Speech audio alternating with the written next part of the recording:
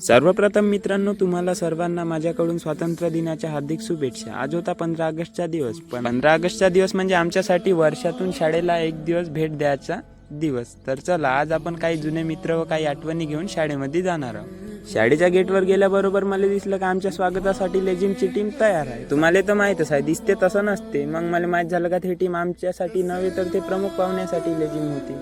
बरं, जाऊ द्या म्हणलं. आता आपण काही ते गोष्ट मनावर घेतली नाही. तर तुम्ही पाहू शकता, एकदम मस्त प्रकारे लेझिम टीमने आपल्या प्रमुख पाहुण्यांच्या शाळेमध्ये आगमन केले. नंतर राष्ट्रगीत आणि झेंडावंदनाने कार्यक्रमाची सुरुवात झाली. नंतर निघाली प्रभात फेरी. आता आम्ही जेव्हा शाळेमध्ये होतो ना, तेव्हा तर आम्हाला प्रभात फेरीमध्ये जायचा भला तराश आहे. पण आज आता यायले पाहून आमचेही जुने दिवस आठवले. तर मी माझ्या एका मित्राला घेतला आणि यायच्यावर नारे म्हणत चालला गेलो. पहा आता तुम्ही पण आमचे नारे.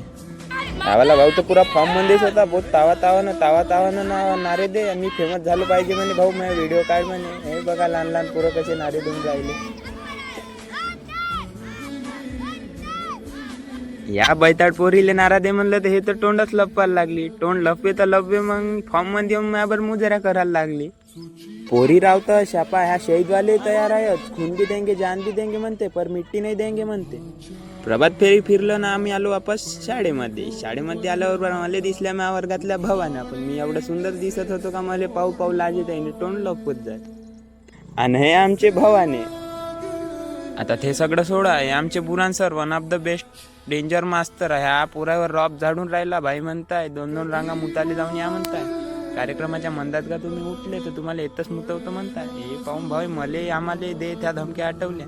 ह्या आपल्या शाळेचा मंत्रिमंडळ, काही अडचण राहिली तर नक्की सांगा. आपल्या एका फोनमध्ये काम करून टाकते. आणि हे किचन आहे तर मस्त गरम गरम चिवडा बनवणं चालू होतं. आता पोटेल चांगला, आपण खाऊनच जायचं म्हणलं. तर ते सगळं राहू द्या. इकडे झालं होता कार्यक्रमाची सुरुवात. आता आपण कार्यक्रमाचा आनंद घेऊया. स्वागत गीत झाल्यावर बापा थोतं मी तावा नाही होता भाई. मी परायला लागलो होतो, मैबोट फाटरली होती. पण मग मला दिसलं का तो गुलदस्ता द्यायला आलता म्हणून.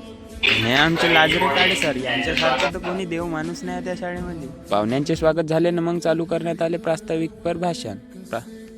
हा माझा मित्र, यानं तर मागच्या वर्षी पहिला नंबर मारला होता 10वी मध्ये. प्रिन्सिपल सरने आले डायरेक्ट स्टेजवर बोलवलं याचं गिफ्ट घ्यासाठी. चा फोटो काढला ना मी गेलो किचन कडे. तर ताई म्हणे थांबणारे लसण्या म्हणे, तुला सोडून नाही खात म्हणे, देतो म्हणे तुला चिवडा म्हणे.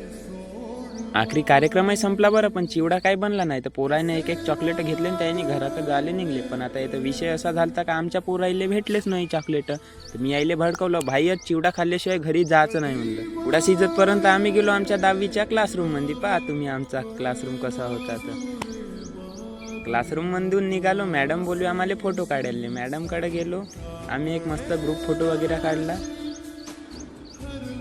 मग फायनली आला अर्ध्या तासाबाद चिवडा. पण माझ्या नशीब एवढं गांडू का तो चिवडाही मले पाहून सरला का. मग माझी आखरीची उमेद होती माझ्या मित्र तो मला चिवडा चारते म्हणलं. पण आम्ही तो भला एवढा भोसडीचा निघाला का चिवडा घेऊन पराला, पण नाही दिला आखरी. मग माझ्या मित्र म्हणते चाल म्हणते मॅडम बरं एक सेल्फी काढू म्हणते. तर पहा मॅडम का म्हणते.